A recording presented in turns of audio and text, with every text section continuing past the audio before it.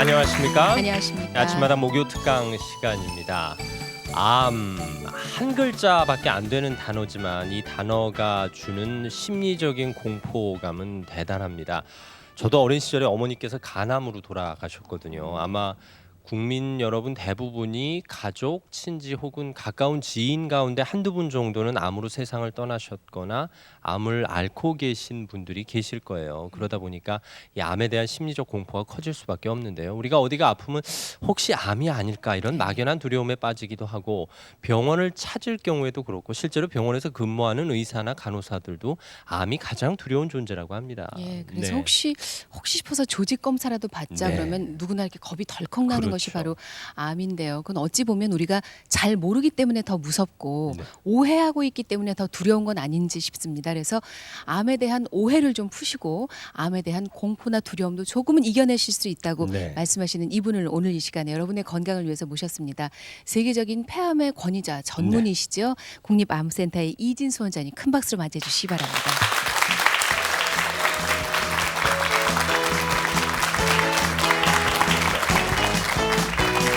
어서 오십시오. 네, 감사합니다.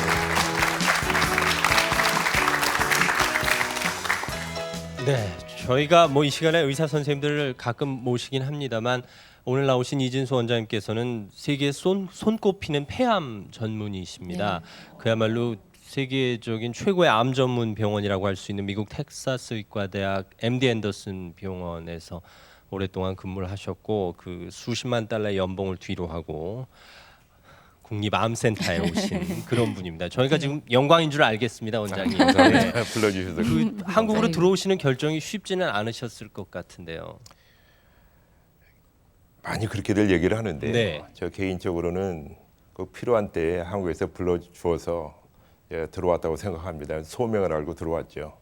이제 99년도 크리스마스 때는 저희 가족들 모아놓고 미국에 오래 살았는데 한국에 안 들어가겠다라고 가족들은 선언을 했는데 또 한국에서 이제 국립암센터가 생기면서 와달라는 그런 부탁을 받고 오기로 결정했어요. 쉽지 않다고 하지만 이것이 어떤 소명이라고 생각한다면 따를 수밖에 없는 걸로 알고 와서 보람 있게 일하고 있습니다. 아유, 말씀 감사한데 그래도 가족들은 지금 미국에 계신 거죠? 저희 가족은 6명입니다. 뭐 저출산 고령화 사회에서 저희가 노력을 많이 했습니다. 네.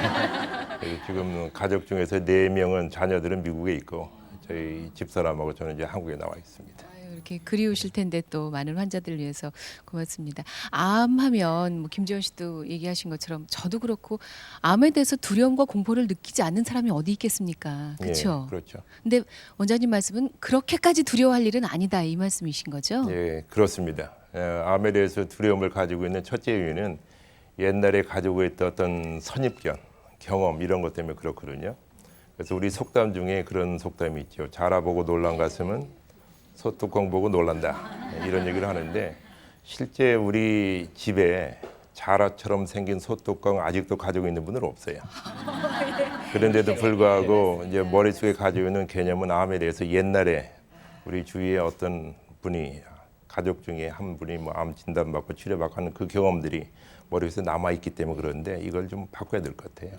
그리고 저희 개인적으로도 보면 저희 어머님이 75년도에 이제 위암으로 돌아가시고 한 5개월 전에 저희 할머님도 자궁암으로 돌아가시고 그때는 이제 의과대학 졸업했음에도 불구하고 저희가 해줄 수 있는 것이 별반 없어가지고 그때는 암이라는 얘기도 말도 못하고 그저 간이 나쁩니다, 폐가 나쁩니다, 위가 나쁩니다 그렇게 했지 암이란 말을 가르쳐 줄 수는 없는 그런 상황이었어요.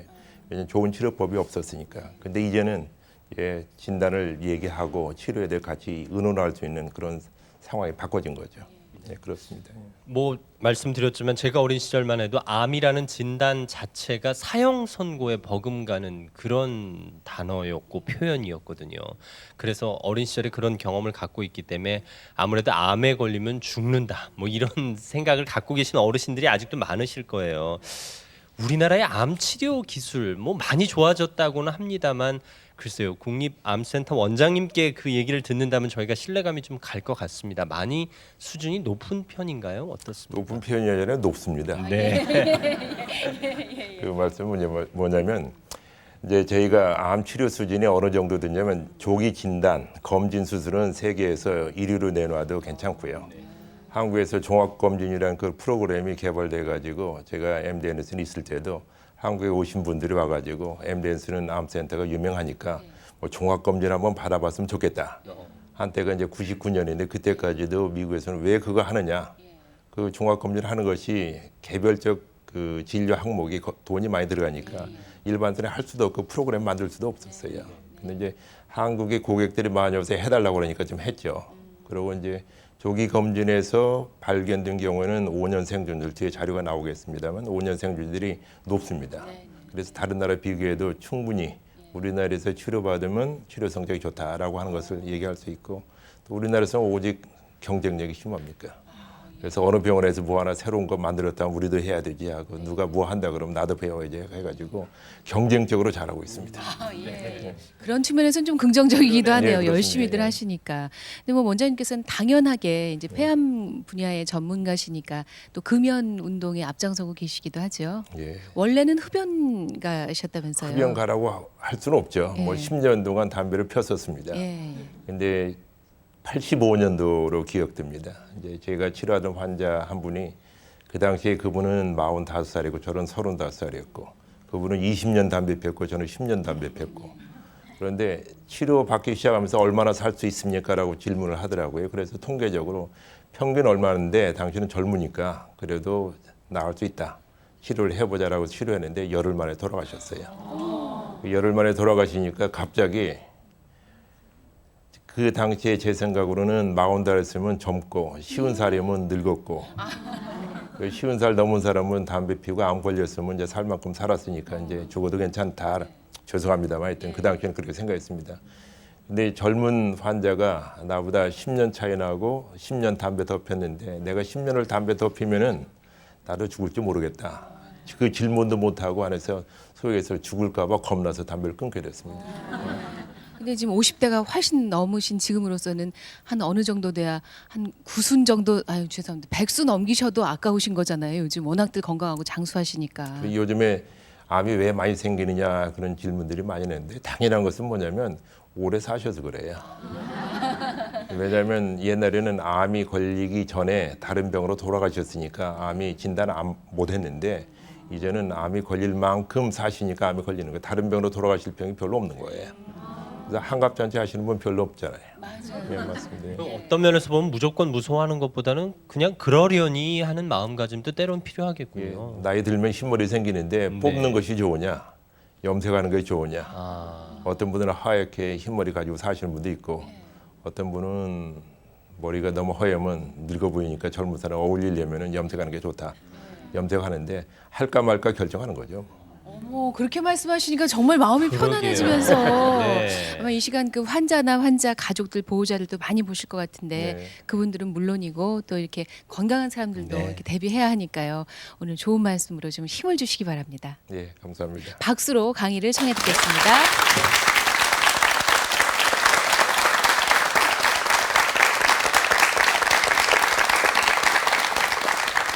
예, 감사합니다. 조금 전에 얘기한 것처럼 암 그러면 무서운 병이라고 생각하는데 꼭 무서운 병만은 아닙니다. 암 중에서도 5년 생존율이 99%가 되는 암도 있어요.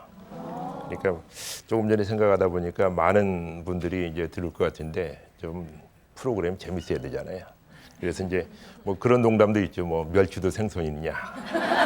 뭐 그런 농담이 있는데 암 5년 생존율이 99%면 그것도 암이냐.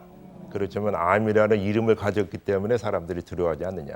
우리 이런 얘기를 하는데 우리가 암에 대해서 좀 생각을 바꾸면은 치료하면서 또 진단 받았을 때 오는 충격을 줄이고 이제는 가지고 사는 만성병이라는 것을 얘기할 수 있을 것 같아요. 근데 전 세계적으로 우리 인구가 뭐 63억, 64억 그렇다고 그러는데 전 세계적으로 약 1,100만 명의 암 환자가 발생합니다. 근데 보통 우리나라 인구가 전 세계에 아마 0.7% 된다고 그러는데 그것보다는 노년 인구가 좀 많아가지고 1% 정도 된다 해서 2000년대 초반까지는 11만 명 정도 암 환자가 생겼다고 그러는데 요즘에는 암 진단 기술이 많이 발전해서 암 환자 그 진단이 늘어나고 있어요. 그래서 2005년도에 보면은 14만 2,610명의 암 환자가 진단되는 걸로 있습니다. 그래서 2000년도부터는 많이 상승하고 있는데 놀라지는 마세요. 암이 많이 생겨서 그런 게 아니고 암 진단을 많이 해서 그렇습니다. 그래서 한국인 사망 원인을 보더라도 이제 80년대부터 미국에서는 그 당시 이제 심장병이 사망률인데 한국에서는 암이 사망 원인 1위입니다. 그리고 두 번째가 중풍, 뇌졸중, 그리고 세 번째가 심장병, 그리고 네 번째가 당뇨병 아니면 자살입니다. 병으로는 당뇨병이고 아니면 사고로 치면 자살이 4위나 5위나 이렇게 그 승부를 겨누고 있습니다. 근데 제일 중요한 것은 뭐냐면 조금 전에 얘기한 것처럼 자라보고 놀란 것처럼 소뚜껑 놀란다 하는 옛날 그 생각이 있는 것이 옛날에 우리는 못 먹어서 뭐가 더 해야 된다 생각하는데 당뇨병이 사망 원인 4위가 됐다는 얘기는 이제는 많이 먹어서 생기는 병이 4위가 됐다는 것은 생각을 좀 바꿔야 된다는 얘기예요. 우리는 부족하니까 뭐 더 해야 된다, 뭐가 좋다더라 하는 것을 쫓아다니는데 이제는 더 해야 되는 게 아니라 요즘 다이어트 하시는 분들은 많은 것을 빼는데 열심히 하고 있지 않습니까?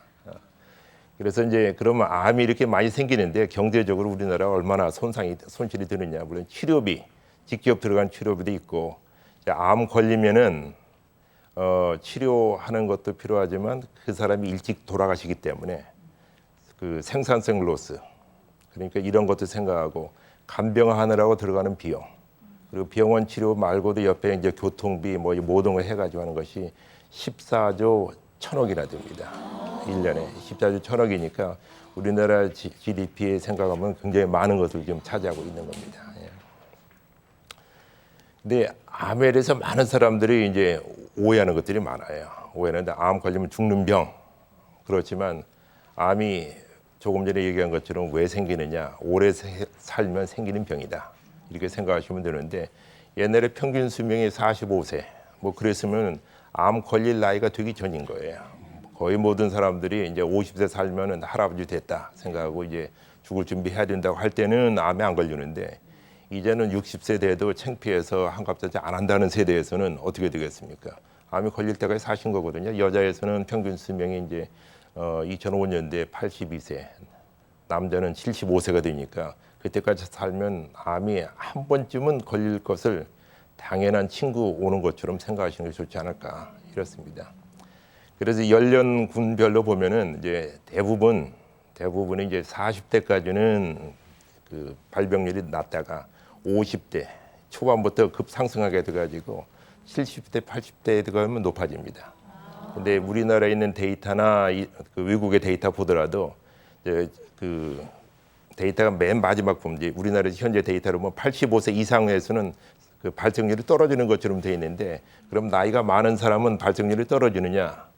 그럴 가능성도 있죠. 뭐 암 걸려서 돌아가실 분들은 다 돌아가셔서 60대 70 돌아가시니까 85세 이상 되신 분들은 안 걸릴 가능성이 있다고 하겠지만은 그것보다는 85세 이상 되신 분들은 사회적으로 이제 기대 수명이 다 했으니까 이제 뭐 돌아가셔도 하고 병원에 안 오시는 분들도 있고 이제 70대 80대는 병원에서 진단을 하니까 암으로 돌아가셨다 알려지지만 아주 나이가 많으신 분들은 병원에 와서 진단을 안 받으니까 마치 암이 덜 걸리는 것처럼 그런 통계에 잡히지 않나 이런 것도 있습니다.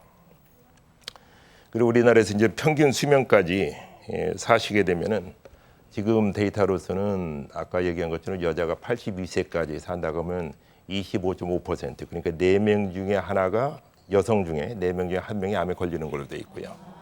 남자에 있어서는 31.9%니까 3명 중에 1명이 암이 걸린다라고 되어 있습니다. 그것은 2005년도에 나온 데이터니까 2009년도, 2010년도는 그 위험들은 좀 더 많아질 거예요. 왜냐하면 나이 들어가는 것이 연령이 전부 늘어나니까 말이죠. 뭐 이런 것들을 생각하면 아까 얘기한 것처럼 흰머리 나는 거, 흰머리 뽑느냐, 염색하느냐 그 차이나 비슷한 것 같습니다. 가지고 살아야 되지 않느냐 이런 생각을 하고 있죠. 그리고 또 한 가지는 이제 그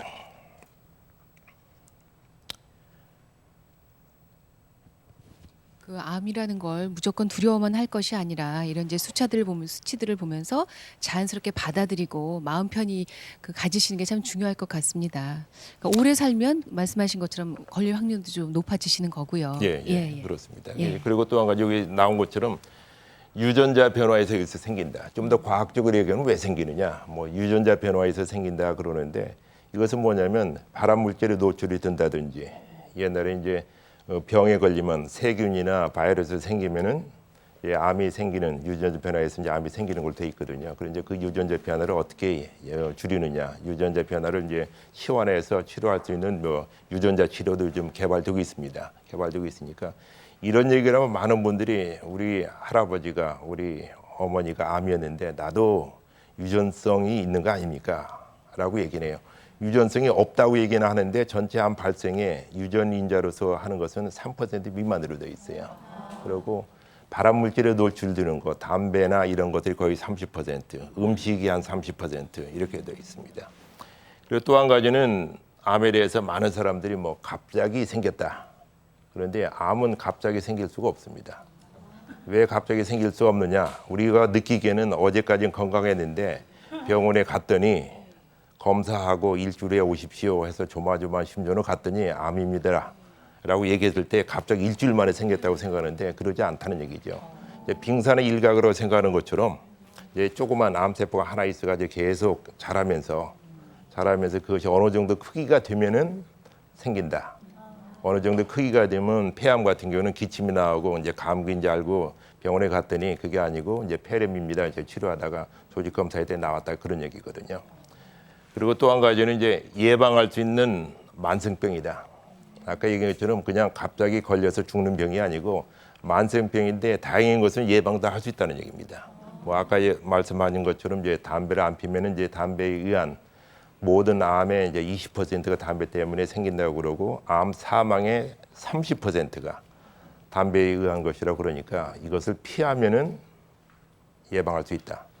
근데 본인이 담배 안 피는 걸로 피하는 것도 있지만 다른 사람이 피우는 담배 연기 안 받는 거, 간접 흡연 피하는 것도 이제는 암 예방의 이제 방법이 되지 않느냐 이런 자료가 나와 있습니다. 그래서 이제는 담배 피는 사람이 흡연권에 대해서 얘기하면은 담배 안 피는 사람은 내 건강을 지키기 위해서 당신 담배 연기 내품지 마십시오. 담배 피우시는 건 당신의 권리라고 주장하시면 하시고 들이시기는 하시더라도 내쉬지는 마십시오라고 말씀하시면 될 것 같습니다.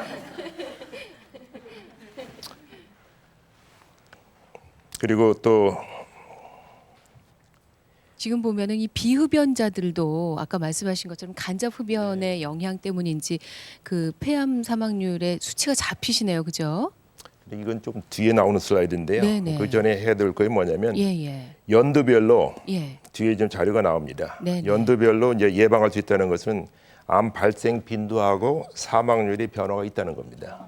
그러니까 미국에서도 데이터가 이제 1930년대부터 이제 암 통계 자료가 나오는데 그 당시에 위암이 사망 원인 1위였습니다.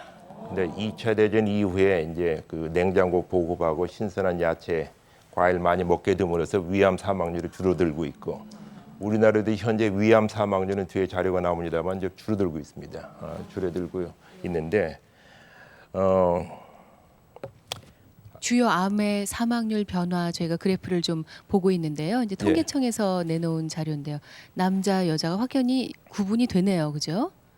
그래도 역시 뭐 여기에서 이제 우리나라 자료입니다. 네네. 우리나라 자료인데 여기서 나오는 것은 이제 우리나라에서 남자에 있어서는 위암에 있는 사망률이 줄어든 게 1999년도 이제 키포인트입니다. 위암은 줄어들고 있고 여기에서 간암은 이제 증가하고 있다가 이제 플라토를 이루고 있고요.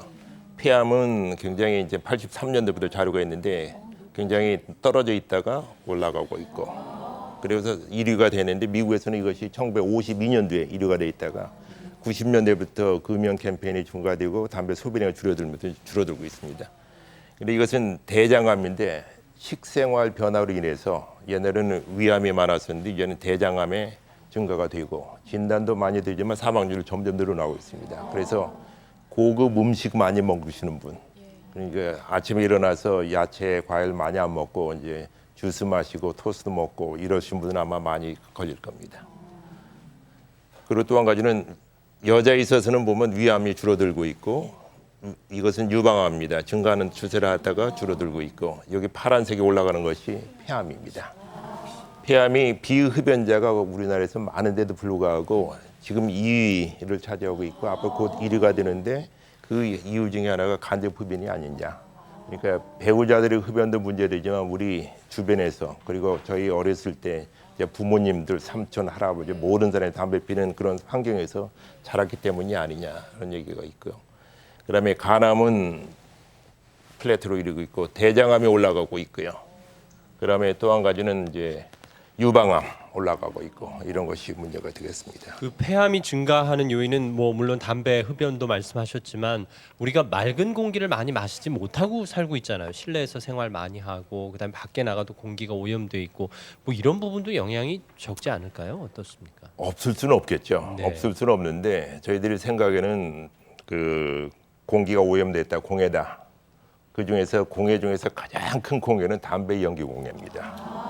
특별히 실내에 있어서 그런 건데 재미있는 데이터는 담배 연기 속에 니코틴이 몸에 들어가면 코틴이라는 물질도 이제 대사가 돼 변화가 돼가지고 소변에 나오는데 그 농도가 이제 증가되는 것하고 몸에 발암 물질이 그 축적되는 것하고 거의 정비례하거든요. 근데 뭐 카지노라든지 그런 데서 이제 담배 안 피는 사람이 그 속에 4시간 동안 있다가 나와서 소변 검사를 하면 이끼 들어가기 전하고 후하고 차이가 뚜렷하게 나타납니다. 뚜렷하게 나타나고 네, 암에 대해서 네. 지금 이제 말씀 듣고 보니까 저희가 생각했던 것들이 조금씩 그렇죠. 좀 이제 잘못 생각했구나 이런 것들도 느껴지는데요. 그럼 이번에는 암에 대해서 저희가 갖고 있는 뭐 오해랄까요? 오해를 좀 이해로 바꿔 주실 수 있도록 원장님께서 좀 길 안내를 해주셨으면 좋겠어요. 솔직히 막연한 선입견들이 있거든요. 뭐 이를테면 스트레스가 암 유발을 시킨다. 저 그건 사람 맞지 스트레스를 많이 않을까요? 받았나 보다. 그거 어때요, 원장님? 지금 일반적인 오해는 맨 처음에 오해가 암 진단은 사망 선고다, 암 선고다 얘기합니다. 암 선고다고 얘기하는데 그거는 절대 아니다는 거죠. 뭐 살아있는 사람이니까 죽지 죽은 사람 2번 죽는 건 없습니다. 그러니까 태어나면 이제 돌아가실 수 있다는 걸 얘기할 수 있고요. 그다음에 이제 암 진단 받으면 병기를 나눕니다. 1기, 2기, 3기, 4기 이 나누는데 그럼 4기 다음에 뭐가 있나요? 그러면 4기 다음에는 없습니다. 그러면 말기네요. 우리 얘기하는데 일반 사람들이 4기암 그러면 말기암 그러는데 저희 전문가 입장에서는 4기암은 이제 항암제 치료라든지 적극적인 치료하면은 증상도 좋아지고 죽지 않고 생명정지도 된다. 저희 이제 폐암 같은 경우에는 이제 5년 저희가 한국에 이제 8년 됐습니다. 그래서 치료하면서 5년 이상 사시는 분들도 있고 치료 안 받으면 사시는 분도 있는데 말기암 환자는 저희가 보기에는 어떤 사람들이냐면 치료를 다 했는데 이제는 치료 효과를 기대하는 것보다도 암으로 돌아가시기를 준비하시고 이제 평안한 그 삶, 품위 있는 죽음 이런 것에 대해서 이제 고민하시고 이제 결정을 하실 분들이 말기암 환자라고 저희들이 생각하거든요. 근데 4기암이라 얘기하면 말기암이라고 그 자기 스스로 뭐랄까요 오해를 해가지고 나는 치료 안 받고 집에 가서 아니면 산속에 들어가서 뭐 할랍니다 하는 사람들이 그 환자들을 제가 5기 환자라고 부릅니다. 그건 숫자로 4기가 아니고 한국말로 5기 환자, 5기 부리는 환자라고. 예. 예. 그리고 또 한 가지는 이제 그 암에 대해서 이제 불치병이 아니냐, 난치병이 아니냐. 근데 불치병하고 난치병은 언어에서 비슷한 것 같으면 조금 차이가 나요. 불치병은 치료가 안 되는 병, 난치병은 치료가 어려운 병. 뭐 문자로 그대로 해석하면 그렇습니다. 근데 우리가 알고 있는 모든 만성병은 불치병입니다. 가지고 사는 병이에요. 그러니까 암은 치료가 되니까 불치병은 아니에요. 치료하기가 좀 어려운데 요즘은 좋은 치료약도 나오고 수술도 잘 되고 이제 방사능 치료 기계도 새로 들어가자 하면은 치료가 좀 좋아졌다, 쉬워졌다, 치료하면서 부작용도 적다. 이렇게 생겨가지고 일반적으로 오해는 암 진단하면 사망 선고, 뭐 4기암은 말기암, 불치병이 난치병 이런 것은 아니라고 저희들은 얘기하고 있습니다. 또 한 가지는 스트레스가 암을 유발한다. 뭐 이런 말을 하고 있는데 뭐 언론에서도 얘기하고 뭐 많은 사람 일반적으로 스트레스 때문에 뭐 암 진단 받고 스트레스 안 받을 사람은 하나도 없습니다. 근데 진단 받기 전에 뭐 1년 전에 사업에 실패했다든가 뭐 누가 속을 썩였다든가 뭐 직장에서 해고당했다 이런 스트레스가 암 유발하고는 상관이 없습니다. 수발 없는데 스트레스를 받았을 때 어떻게 스트레스를 푸느냐. 담배 피는 것으로 스트레스를 풀면 결국은 암에 걸린다. 이렇게 생각하시면 될 겁니다. 그러니까 스트레스는 누구나 받는데 그 스트레스를 어떻게 해소하느냐에 따라서 질환이 될 수 있느냐, 건강하게 살 수 있느냐, 뭐 이런 차원의 문제라는 그렇죠. 얘기네요. 스트레스 많이 받는 분들이 스트레스를 해소가 안 돼가지고 고혈압이 된다거나 아니면 스트레스 받아서 위궤양이 된다는 것을 여러분들이 잘 아시고 이제 불면증, 편두통 이런 것이 있는데 이제 암하고 관련된 것 같으면 스트레스를 받았을 때 이제 나는 담배 피면서 스트레스를 푼다라는 사람들은 이것이 이제 나중에 담배 연기에 포함된 발암물질 때문에 이제 암이 된다 그 얘기죠. 예. 아울러 저 밑에 하나 더 있는데 항암 치료를 받으면 탈모가 된다고. 저희가 또 드라마나 뭐 다큐멘터리를 통해서도 많이 보지만 이렇게 머리를 깎으시거나 아니면 모자를 쓰고 계신 경우를 많이 봐서 예. 저거는 맞는 얘기가 아닌가 싶은데. 저것도 맞는 얘기인데 한 10년 전까지는 맞는 얘기였어요. 10년 전까지 맞는 얘기인데 그 당시에 개발된 항암제들은 주로 빨리 자라는 세포를 죽이는 항암제가 개발이 됐는데 머리 모근의 세포들이 빨리 자랍니다. 모들이 빨리 자라기 때문에 그것이 이제 암 세포를 죽일 뿐 아니고 모근에 있는 세포가 죽이니까 머리가 빠진다. 그런데 요즘에 나오는 항암제들은 머리가 안 빠지고 치료를 합니다. 그러니까 머리가 안 빠진다고 하면 사람들은 머리가 많이 빠져요. 그런데 머리는 많이 남아 있어요. 남아 있어가지고. 그래서 제가 농담 반 진담 반으로서 머리 빠졌다고 말씀하시는 그 환자나 보호자들 보면은 이발소나 미장원에 가서 이발사나 미용사가 돈 안 받겠다고 하면은 머리 다 빠진 걸로 쳐주겠다. 그렇게 합니다. 근데 이발소에 가더라도 절대 할인 안 해줍니다. 그러니까 조금 머리 이제 빠지는 것이 좀 많다 그런 거죠. 뭐. 네, 그런 거 있습니다. 예. 그런 얘기고 그 다음에는 이제 그 암에 대해서 이제 똑같은 사물을 놓고 이 물이 반절이 없어졌느냐 반절이 남아 있느냐는 긍정적인 인식인데요. 똑같은 상황을 놓고도 긍정적으로 인식하면 우리 생각이 달라진다 그 얘기입니다. 그 중에서 뭐냐면 암은 갑자기 생기지 않는다. 뭐 암이 어느 날 갑자기 밤새고 났더니 생기는 것이 절대 아니다는 거. 그러니까 암은 진행되고 있는데 우리가 모르고 있을 뿐이다. 그러니까 갑자기 생기는 것이 아니고 갑자기 본인한테 인지되어야 된다. 인식되어야 된다. 알려진다라고 생각하시면 되겠고요. 그러면 이것이 미리 나왔으니까 그러지만 이제 수술 없어도 나을 수 있다. 근데 수술을 하지 말라는 얘기는 아닙니다. 이제 수술할 수 있는 단계에서 발견되면 수술하는 게 가장 좋은 치료법이고 그렇지 않으면은 방사선 치료하고 항암제 치료하는 게 제일 좋습니다. 근데 수술하지 않더라도 암은 나을 수 있는데 어떤 분들은 수술 못한대 큰일 났습니다. 수술하는 것이 환자한테 도움이 안 되기 때문에 수술하지 않고 항암제 치료는 방사선 치료합니다. 뭐 쉽게 얘기해서 혹시 여러분들은 이제 백혈병 혹시 아시는지 모르겠어요. 옛날에 뭐 러브 스토리에 나오는 백혈병 이제 하는데 백혈병도 암인데 수술을 할 데가 없어요. 수술을 못 하는데 옛날에는 러브 스토리에서는 백혈병하면 죽는 것으로 이제 설정이 되어 있는데 요즘 백혈병 중에서 소아백혈병은 거의 80~90% 완치되고 이제는 학교에서 공부를 따라가느냐 안 따라가느냐 문제지 죽느냐 사는 문제는 아니거든요. 그리고 성인에서 생기는 백혈병도 4명 중에 1명은 완치가 되고 전체적으로 또 일부의 그 백혈병은 성인에 생기는 백혈병은 뭐 2명 중에 1명은 완치된다. 뭐 제가 아시는 분도 이제 93년도에 그 백혈병 치료를 받고 지금까지 건강하게 살고 계십니다. 살고 계시고 치료가 잘 안 된다는 만성 골수성 백혈병도 거의 100% 다 치료가 돼가지고 이제는 치료하면서 사는 병. 약값이 문제가 되지 죽느냐 사느냐 문제는 아니지 않느냐는 그런 생각도 있습니다. 그런 의미에서 치료가 가능한 만성병이다. 만성병은 완치는 안 되지만 치료하면서 살 수 있는 만성병이라는 것을 말씀드리고 싶고요. 그다음에 말씀드리고 싶은 것은 치료하지 않는 것들 치료다. 그러면 아니 국립암센터 원장이 나와가지고 암 치료 않는 것이 치료다 그러면 치료하지 말라는 얘기입니까? 라는 얘기는 아니고요. 앞에다 좀 부정적인 그 수식어를 놓으면 됩니다. 나쁜 치료 안 하는 것도 치료다. 이제 암은 치료 안 하면 죽는다라고 자꾸 생각하고 있으니까 뭐든지 해야 되겠다고 이것저것 쫓아다니면서 하고 주위에서 하면 누구는 뭐해서 좋아졌다네 뭐해서 나았다네 그 얘기를 하면 그걸 안 하면 안 되는데 그것 때문에 도리어 암 치료에 도움이 안 되고 뭐 특별히 어떤 뭐 나무를 삶아 먹으면 좋다 해가지고 느릅나무가 저희 머릿속에 떠오르는데 이거 삶아 먹으면 간 수치가 올라가 간 급성 간 괴사가 빠져가지고 환자가 빨리 돌아가시는 경우도 있어요.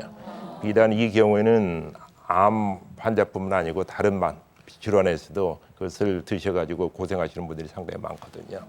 그래서 나쁜 치료 않는 것도 치료다라는 말씀을 드리고 싶습니다. 그 치료와 관련해서 제가 늘 궁금한 건요. 왜 완치됐습니다. 뭐 이런 표현이 있고 치료가 잘 되고 있습니다. 이런 표현이 있잖아요. 그 치료의 개념과 완치의 개념을 의사 선생님들은 어느 정도로 사용을 하시나요? 환자나 보호자 입장에서는 완치됐다는 얘기를 듣고 싶어요. 그렇죠. 네. 뭐 합격, 불합격 이걸만 하고 있는데 이제 그 얘기 아니고 사다 보면은 학교 입학할 때는 합격, 불합격인데 사회생활 하다면 합격, 불합격이 아니고요. 흑백 논리보다는 획일주의 그 흑백 논리보다는 그 중간이 하면 되거든요.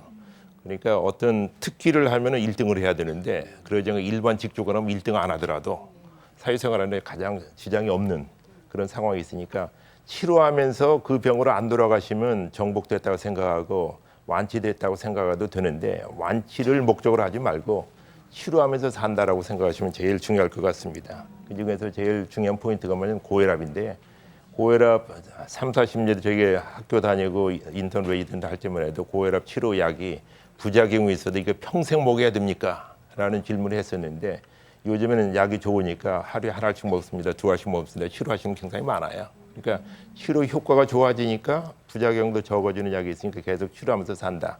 뭐 그런 개념으로 생각하시면 됩니다. 이제 비타민 같은 경우도 처음에 이거 평생 먹어야 됩니까? 질문은 사람은 없어요. 몸에 좋다고 하니까 매일 먹기 시작해가지고 처음에는 하나를 드다가 요즘 비타민 A, B, C, D가 다 먹게 되는 그런 거 있는데 우리는 아까 말씀드린 너무 많이 먹어서 병이 생기는지도 몰라요. 이제 부족증 생각하지 마시고 너무 많이 먹어서 생기는 병도 생기니까 그래서 적절한 배정이 중요할 거라고 생각합니다. 아, 요즘 먹을 게 너무 많아요. 오늘 마시는 건 또 왜 이렇게 많아요? 네, 참.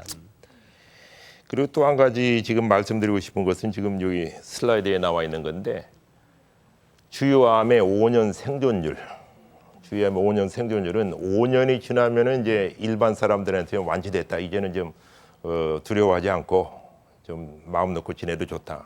사실은 그건 아니에요. 사실은 5년 살았으면 아까 얘기한 것처럼 나이가 들면 암의 위험도가 높아진다고 했으니까 60세에 암 진단받고 5년 살았으면 65세가 됐으니까 다른 암이 생길 위험도는 더 높아져요.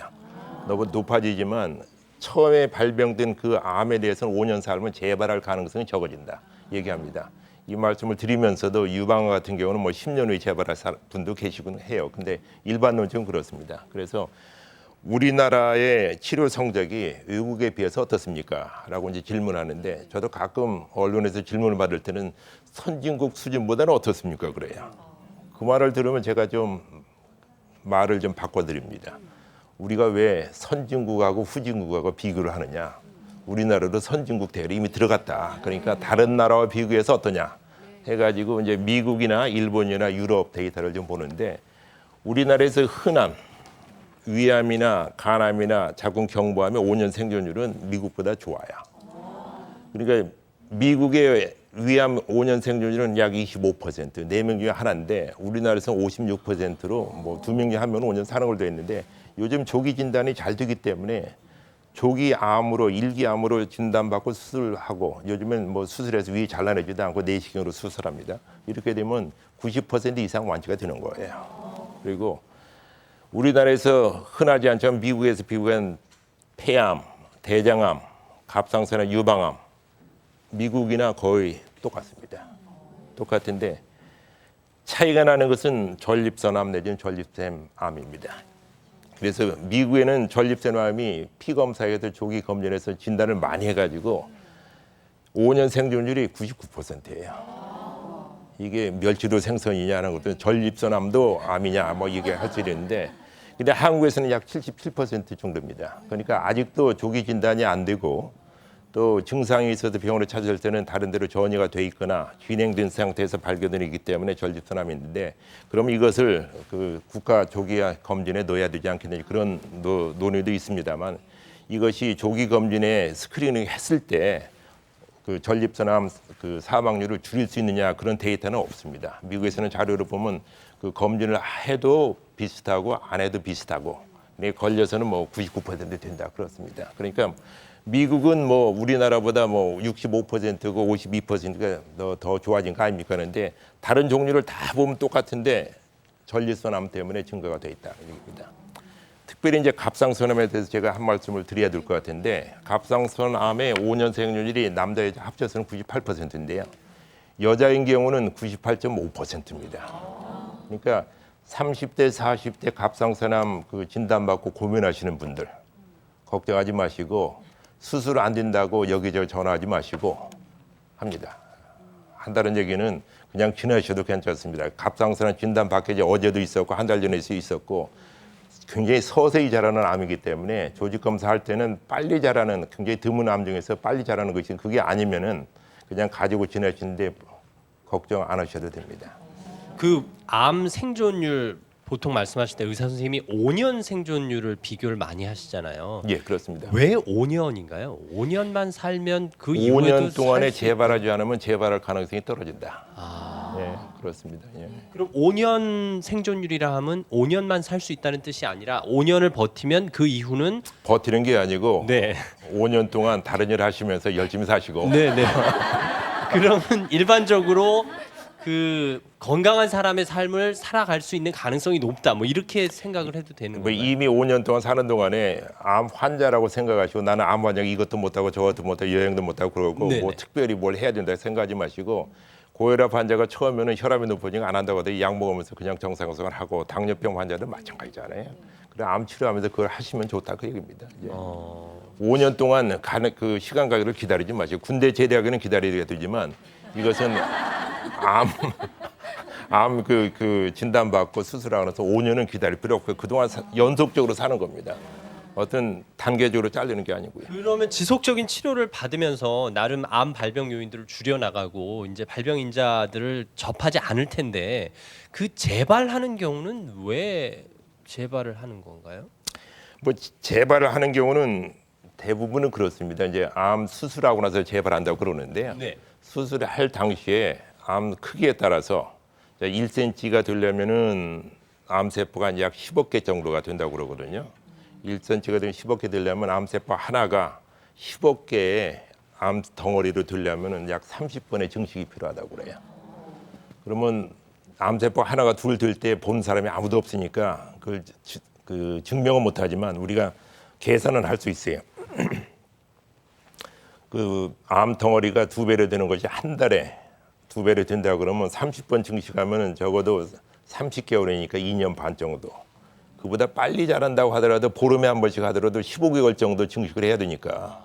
그러니까 빨리 갑자기 생기지 않는다는 그런 논리가 거기서 나오는 겁니다. 그래서 암 덩어리가 이제 1cm가 됐을 그런데 뭐 3cm에서 발견됐다면 그 자라는 기간에 다른 암 세포를 다른 데로 이제 전이 그러니까 옮겨가는 것이 있다는 얘기죠. 근데 적으니까 발견되지 않고 큰 것은 수술해서 잘라내고 아니면 항암 치료하고 방사선 치료 줄어드는데 눈에 안 보는 것은 그냥 숨어 있다가 치료하는 기간 동안 아니면 수술 받고 생활하는 기간 동안에 이것이 이제 커서 1cm 정도로 나타나는 기간이 대개는 2년에 다 보일 거고 아주 서서히 자라는 것은 한 5년 내면 재발한 것이 다 알려진다 해서 나오는 얘기입니다.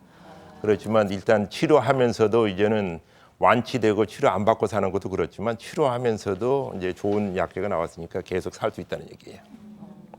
아유, 이 뭐 사람 몸뚱아리 이만한데 어디에 그렇게 꼭꼭 숨어 있는지 참. 네. 손톱 발톱 빼고는 다 걸릴 때 이런 얘기도 어디선가 들어본 것 같아요. 그런 만큼 온몸이 그렇죠. 다 예, 그렇다고. 이제 그렇게 생각하면 불안 공포증에 걸릴 거고요. 죄송합니다. 그러니까 우리 몸에 암이 있더라도 예. 몸뚱아리 꼭꼭 숨어 있어가지고 나타나지 않으면 안 되는 게 할 수 있습니다. 이제 예. 원자탄 터지면 큰일 나지만 원자 핵 반응은 원자로에서 일어나기 때문에 우리 지금 발전 전기를 쓰고 있잖아요. 저 어렸을 때 기억에는 전기가 뭐 2시간밖에 안 나오는데 요즘에는 밤새도록 쓰잖아요. 예. 그것도 원자력 발전소가 있기 때문에 그런데 원자로 속에서는 핵 반응이 계속 일어나고 있는 거예요. 어느 지역에서 그것을 컨트롤할 수 있는 상태가 있으면 괜찮아요. 그러니까 암이 몸에 있을까 봐 걱정하지 뭐 이것이 그냥 아웃 오브 컨트롤 될까 봐 생각하지 마시고 안 나타나면 괜찮다고 생각하셔도 돼요. 그 1cm, 2cm, 3cm 얘기를 듣다 보니까 정말 때를 놓치지 않는 게 중요하다라는 생각이 드네요. 진단을 받고 뭐 이런 과정 속에서. 근데 때를 놓쳤다 그러는 것은 뭐냐면 우리가 머릿속에 수술을 해야만 된다라고 생각했을 때는 때를 놓쳤다는 개념이 성립돼요. 근데 수술 안 하면 안 된다라고 했으니까 어제 발견됐더라면 수술할 수 있어서 나았을 텐데 좀 병원에 가는 게 늦었다든지 아니면 그 병원에 이제 약속을 해야 되는데 뭐 한 달 기다리라고 해서 그랬다든지 뭐 그런 거 있거든요. 그리고 갑상선암 같은 경우는 치료받고 진단받고 수술하려니까 한 달 후에 오십시오 그랬을 때는 사람들 한 달 동안 크면 어떠느냐 걱정하는데 그렇게 빨리 크지 않는다는 얘기입니다. 근데 그 비근한 예는 뭐냐면 남자분들 중에서 이제 전립선 그 조사를 해보면 그러니까 편안하게 밤에 이제 주무시다가 돌아가셨다 갑자기 심장마비로 돌아가시다 분들은 이제 조사해 보면 한 70대 80대 되면 2명 중에 1명은 전립선에 암이 있었는데 본인은 암이 있는지 모르고 나는 암 환자인지 모르고 그냥 편안하게 자연사했다 아니면 다른 병으로 돌아가셨다는 분들도 있거든요.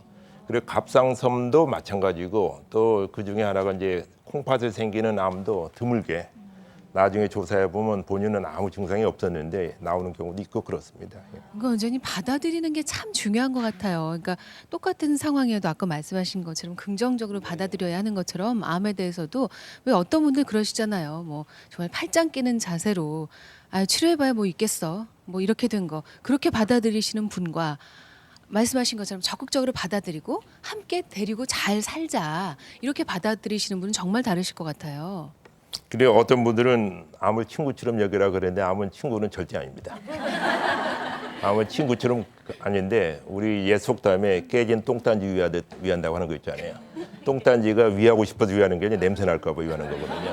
그러니까 암이 우리 몸에 없는 게 좋은데 있으면은 가지고 사는 거죠. 가지고 사는 거고 투병한다고 생각하지 마시고요. 왜 병하고 싸워요? 있으면 그냥 가지고 사는데 수술하시고 나서 회복하시는 분들 중에서 이런 분들이 있어요. 뭐 3개월마다 오십시오. 그래서 3개월에 엑스레이 찍었더니 아니면 CT를 찍었더니 조금 점이 있는데 암이 재발인지 모르겠습니다. 이제 불안 초조하고 있죠. 3개월에 다시 한번 봅시다. 6개월에 그것보다는 좀 컸는데 암이 재발한 것 같습니다. 그러면 지금 발견했을 때 뭐 치료하고 다른 방법이 없습니까? 라고 얘기하는데 가만히 생각해 보세요. 이제 한편으로는 항암제 치료 받든지 방사능 치료 받으면 부작용이 심하다고 그건 피하고 싶고 또 암은 잘하면 안 된다고 불안해가지고 그건 치료하고 싶고 둘 중에 하나의 선택인데요. 선택이 기로에 서지 마시고 선택은 간단해요. 그 암을 가지고 사는 것이 편하면은 암 가지고 사시고 치료하는 것이 편하면 치료하시고 근데 치료가 해야 된다고 생각하는 것은 뭐냐면 전문가의 의견이 이 정도 크기가 되면은 환자가 곧 증상이 더 심해진다든지 본인이 그 심한 증상이 있다든지 하면은 치료를 시작하시면 되는 거예요. 그래서 저희가 생각하는 것은 이제 만성병은 치료 안 하면 죽고 치료가 안 되면은 완치가 안 되면 살 수 없는 상황이 이제 만성병이잖아요. 만성병인데 우리가 가지고 있는 질병들에서는 그런 거 있어요. 옛날에 가지고 있는 개념이 이제 급성 폐렴, 요즘은 항생제 나오니까 뭐 치료하면 낫는다고 돼 있는데 옛날에 저희 할머님 생각이 나요. 할머님이 자식 농사는 반타작이다라고 얘기하는 것은 우리 이제 피임도 없었으니까 A를 많이 낳죠. 많이 낳는데 더군다나 이제 좋은 치료제도 없고 항생제도 없고 그러니까 돌 될 때까지 돌림병, 아니면 뭐 설사병, 뭐 백일의 홍역 뭐 이거 하다가 죽으면은 내 자식이 아니고 살으면 이제 호적에 올리는 그런 상황이었잖아요. 요즘에는 하나만 낳고 잘 기르자 해가지고 하나 어떻게 될까 굉장히 고민들 많이 하는데 그런 상황에서는 급성병 걸리면 가망이 있습니까? 묻잖아요. 가망이 있는데 물으면 가망이 있느냐는 것은 살까망, 완치될까망 그렇잖아요. 근데 급성병은 완치가 되면 살고 완치가 안 되면 죽어요. 근데 고혈압이나 당뇨병이나 암 같은 만성병은 완치는 안 돼도 죽고 사는 문제는 아니에요. 가지고 사는 병이지 죽느냐 사느냐는 나중에 훗날 얘기거든요. 근데 갑자기 뭐 급성병처럼 이거 죽느냐 사느냐 완치 안 되면 어떻습니까 하지 말고 완치는 안 되더라도 치료하는 당뇨병이나 고혈압 정도 이제는 암도 그렇게 할 수 있는 단계가 됐다. 옛날에 약이 없어가지고 암이라고 치료합시다 얘기를 못했는데 요즘에는 좋은 약들이 많이 생겼어요. 뭐 표적 치료제라 나오고 항암제도 나오고 그러는데 많은 분들이 뭐 항암제는 난 절대 안 해요. 근데 먹는 약이 있다는데 그것 주세요 그래요. 근데 항암 치료제 중에서 입으로 먹어가지고 흡수가 되는 것은 입으로 투여하고 흡수가 안 되기 때문에 혈관으로 투여하는데 지금까지 만들어진 약제들은 입으로 투여해도 흡수가 안 되니까 할 수 없이 혈관으로 투여해서 이제 주사약으로 나왔거든요. 근데 어떻게 그 오해가 있어가지고 그것은 항암 치료제고 먹는 약은 약 그러니까 약으로 치료하는 게 있다는데 저 약 주세요. 난 치료는 절대 안 받습니다. 근데 항암제 먹는 항암제도 항암제예요. 예, 그렇게 하시고 그다음에 이제 그 완치가 안 되는데 왜 치료합니까 하는 얘기. 완치는 안 돼도 치료하면서 살 수 있다. 이제 말씀드리겠고요. 그다음에 이제 그 많은 분들이 이제 치료에 대해서 냉소가 있어요. 특별히 이제 의학계에서 의사 선생님들이 이제 좀 나이 드신 선생님들이 옛날에 항암제 치료하면 그거 치료해봤자 결국 환자들이 고생하고 그러다가 머리 빠지고 죽는데 뭐 그러냐. 어쩌면은 지금 보험하고 관련돼 가지고 몇 번 이상 치료해봤자 더 이상 도움이 안 된다. 암이 줄어들면은 치료할 가치가 있지만 줄어들지 않고 그대로 있으면 왜 치료하느냐 이런 얘기들이 있어요. 이런 얘기들이 있는데 그것도 좀 긍정적으로 생각해 가지고 이제는 치료하면서 암이 더 커지지 않으면 이건 성공이에요. 여기 계신 분들 지금 한 10년 지나면 여러분들 더 얼굴에 흰머리가 더 나고 주름살이 더 나겠습니까? 안 나겠습니까? 10년 후에 오늘 같은 모습으로 있으면 성공입니다. 예. 근데 오늘 제가 항암제 치료하면서도 암 덩어리가 치료 안 하면은 커지는 것이 암의 속성이니까 치료하면서 처음에 줄어들다가 그대로만 유지만 되는 것도 치료의 성적이다. 그런 말씀을 드리고 있습니다. 그리고 여기 이제 그 불치병 치료에서 불치병은 난치병이라는데 불치병 아무리 치료해도 안 낫는 병이 우리가 두 가지는 모든 사람이 다 가지고 있어요. 그 중에 하나가 배고픈 병하고 늙는 병인데요. 이 배고픈 병은 치료는 간단해요. 밥만 먹으면 돼요. 근데 많은 분들은 난 밥 안 먹습니다. 나는 빵 먹습니다. 빵도 밥으로 음식을 먹으면 돼요. 원장님 은근히 재밌으세요. 제가 그 병 증세가 유난히 심해요. 배고픈 병. 네. 치료 효과는 좋습니다. 하루에 3끼만 먹으면 배고픈 건 없어져요. 근데 문제는 다음 밥 먹을 때까지만 효과가 있고 하나 아침밥 드시고 점심 때까지는 또 배고파서 또 식당에 나가셔야 되고 저녁에 드셔야 되고 치료를 평생 안 하면 죽습니다. 근데 어른분들이 항암제 치료 얼마 합니까? 그럴 때 제가 도리어 질문을 던져요. 아침 식사 몇 번 하시겠습니까? 그러니까 아침 식사도 완치는 안 되지만 밥 배고픈 거 그리고 계속 밥 드시고 치료하면서 산다고 생각하시면 병은 아니지만 그런 상태잖아요. 근데 배고픈 병에 있어 치료하려고 밥을 계속 드시잖아요. 그러면 늙는 병에 걸려요. 이런 젊었을 때 북한에서 이제 음식이 없어서 이제 아사 어린애가 죽었다 그러면 그 아이들은 절대 늙지 않아요. 근데 밥 먹으면 안 죽는다 그러는데 밥 먹으면 늙어요. 늙으면은 늙어서 돌아가시는 그런 불상사가 있고 암에 걸리는 불상사가 있는데 그 생각을 하면은 우리가 암 치료하면서 왜 완치한데 왜 치료합니까 하는 데서 우리가 생각을 바꿀 수 있다는 얘기죠. 뭐 당뇨병도 마찬가지잖아요. 당뇨병도 완치는 안 됩니다. 아직까지는 완치는 안 되지만 인슐린 주사를 맞더니 먹는 당뇨 약을 먹으면 컨트롤하면서 사는 거죠. 효과 좋아요. 옛날에는 약이 없을 때는 어떻게 하느냐 해가지고 뭐 운동해야 됩니다. 식이합니다. 뭐 음식을 어떻게 먹습니다. 고기 많이 먹어야 된다. 고기 적게 먹어야 된다. 뭐 빵을 먹어야 된다. 밥을 먹어야 된다. 안 먹어야 된다. 별의별 얘기 있는데 치료하면 되는데 왜 이렇게 치료하면 되는 것을 뭐 안 해서 나으려고 고생하는지 모르겠습니다. 근데 이것도 하루에 한두 번은 치료해야 되고 평생 해야 된다. 이런 개념으로 하면 이제 치료 뭐 안 하면은 뭐 몇 개월만 4번, 6번, 어떤 경우 12번, 1년만 치료한다 그러면 어떻게 보면 매정하잖아요.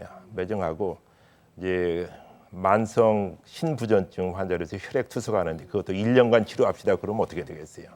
1년 후에는 돌아가시는 얘기잖아요. 그러니까 1년 치료하고 좋아지면 계속 2년, 3년 하면서 보험에서 다 커버되는 것 같은 그런 원리란 얘기죠.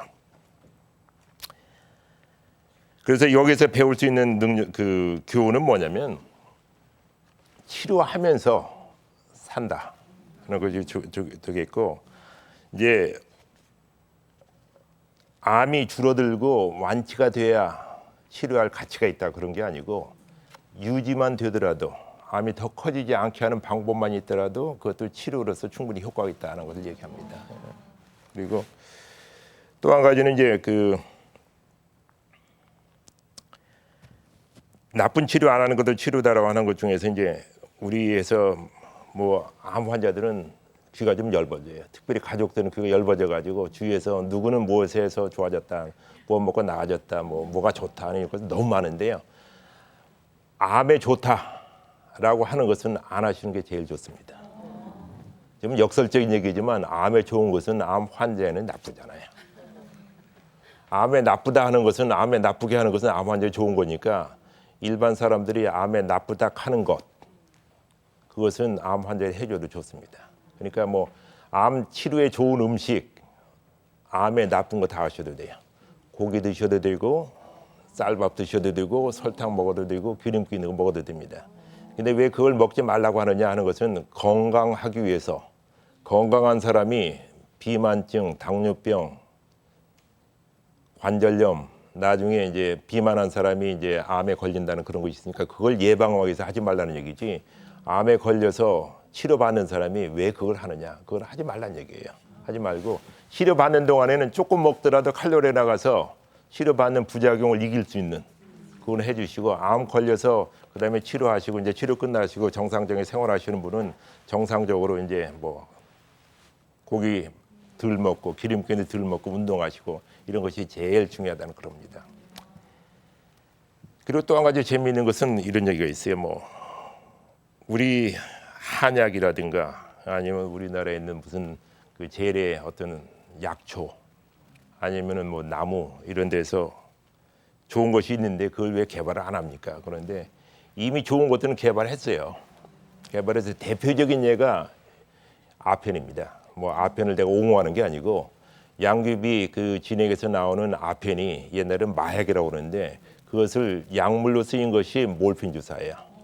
몰핀 주사에 우리가 알고 있는 진통제가 제일 좋은 진통제고, 거기에서 만들어내는 여러 추출물을 해서 합성해서 만드는 그런 진통제들이 굉장히 많습니다. 그러니까 우리 자연 그 천연물에서 나오는 중에서도 효과가 있는 것은 개발해서 쓰고, 앞으로 얼마나 되는지는 우리가 좀 더 연구를 해야 되겠지만, 그냥 주위에서 좋다고 하니까 하는 것은 좀 삼가해야 되지 않느냐, 이런 얘기를 좀 말씀드리겠습니다. 이제 제일 중요한 건 그런 것 같아요. 암을 두려워할 거 아니고 전체 암의 3분의 1은 예방이 가능하다고 합니다. 그리고 3분의 1은 조기 검진에서 초기에 치료하면 완치가 가능하다고 합니다.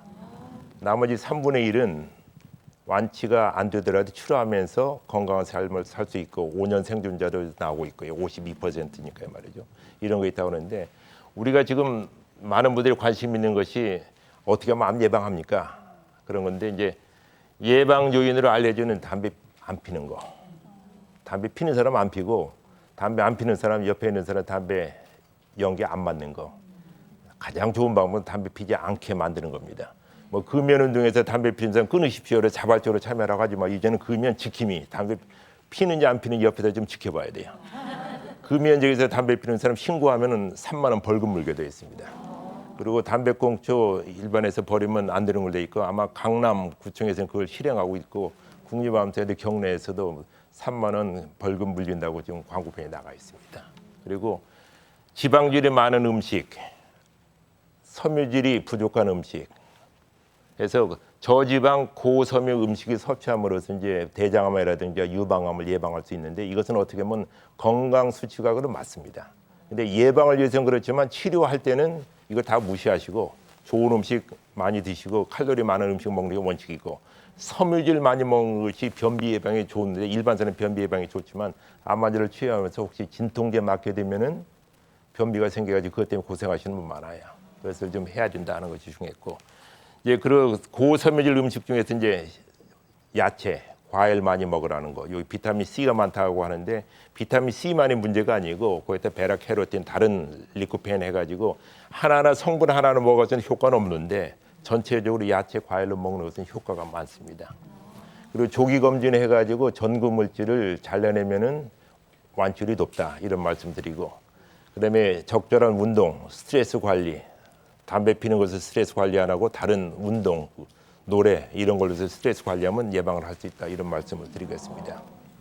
그 황록색인 거는 저는 얼핏 그 당근, 홍당무가 떠올랐고요. 예. 예, 몇 가지 좀 생각나는 대로 좀 짚어주신다면요. 신선한 황록색이라고 하셨으니까 예. 예, 그런 거 좋고 또 뭐 있을까요? 시금치 뭐 이런 것도 있을까요? 시금치 녹색이 좋습니다. 있으니까. 예, 예. 시금치 좋고, 그다음에 피망 뭐 좋고요. 네네. 뭐 여러 가지 좋은데 꼭 그렇게 얘기하면 외국에 있는 외국산 야채 같은 건데 예. 우리나라에서 하는 것도 좋아요. 예. 배추도 좋고요. 예. 무도 좋고 무청도 좋고 요 고사리도 좋고 고구마 줄기도 좋고요.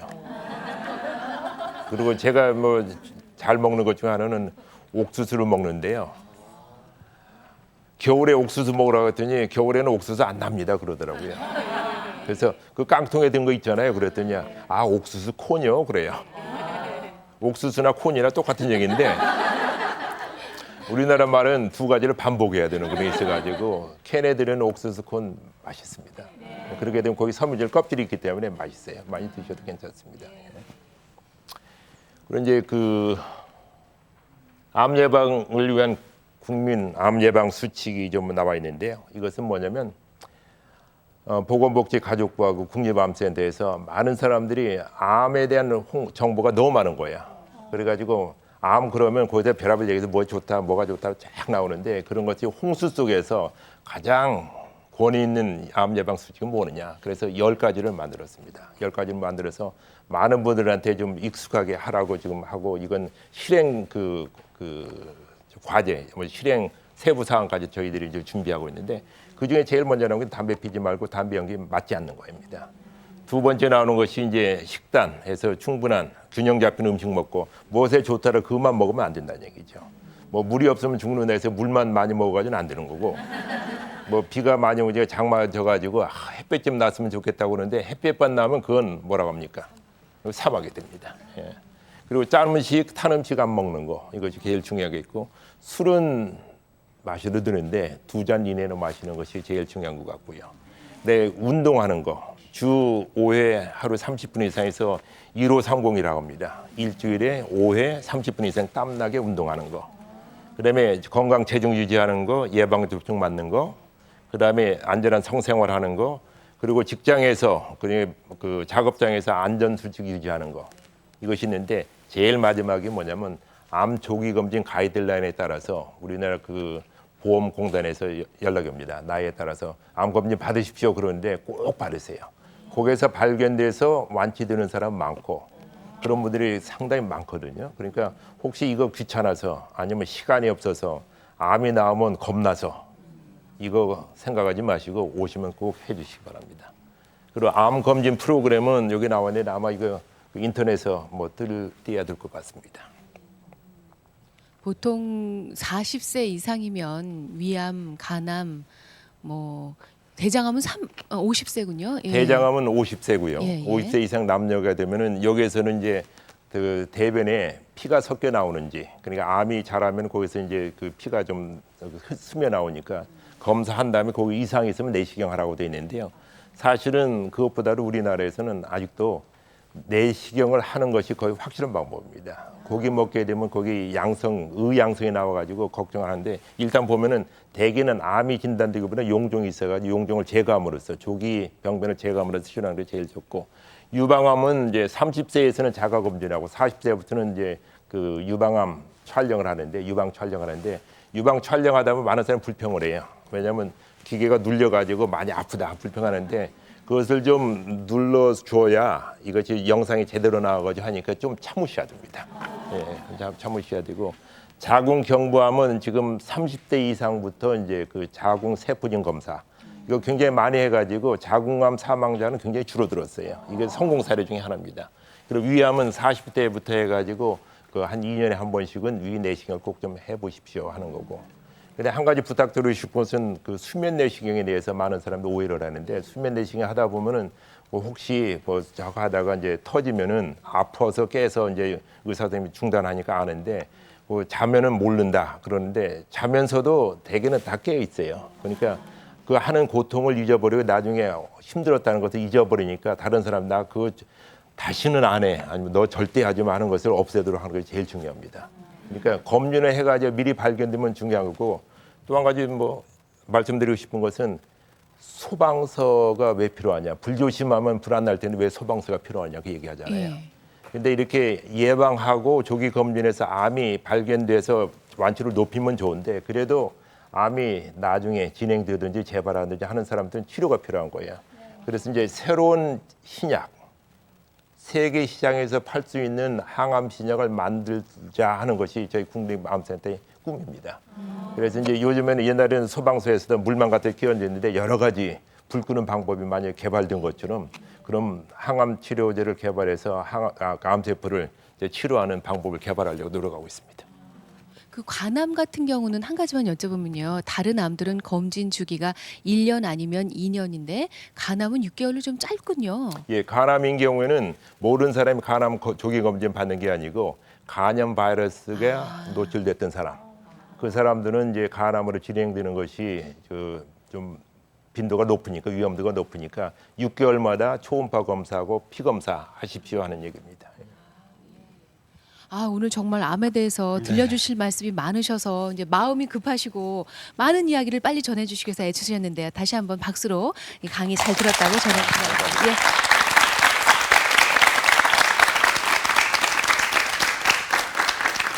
그 보통 주변에서 김 부장이 암이래 뭐 이런 얘기를 듣거나 과장님 암이세요? 뭐 이렇게 얘기하다 보면 어떻게 이런 걱정부터 앞서는데 오히려 그런 걱정을 하는 주변 사람들이 때로는 문제가 될 수도 있겠군요. 치료 잘 받으셔야 되겠네요. 이젠 이 정도 인사로 넘어가도 되겠네요. 예, 그렇습니다. 네. 이제는 이제 암은 치료할 수 있는 만성병이라는 그런 개념 정립이 필요하겠고요.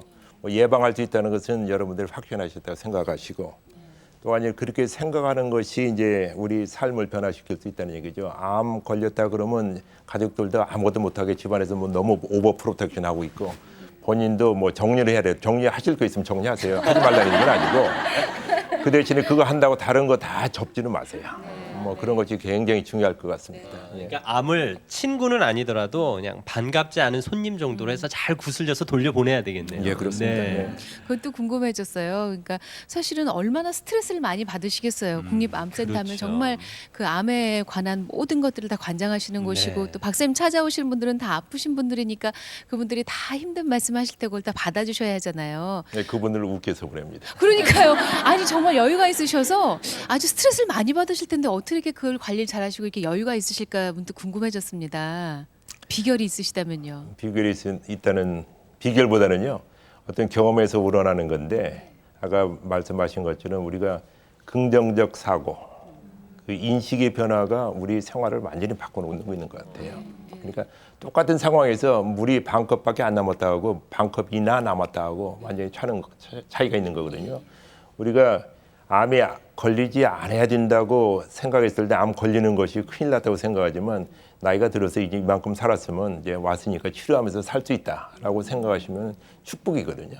그러니까 매일 아침 일어나서 숨 쉴 수 있다는 것이 축복인데 왜 이렇게 힘들어 하는 것보다는 낫지 않아요?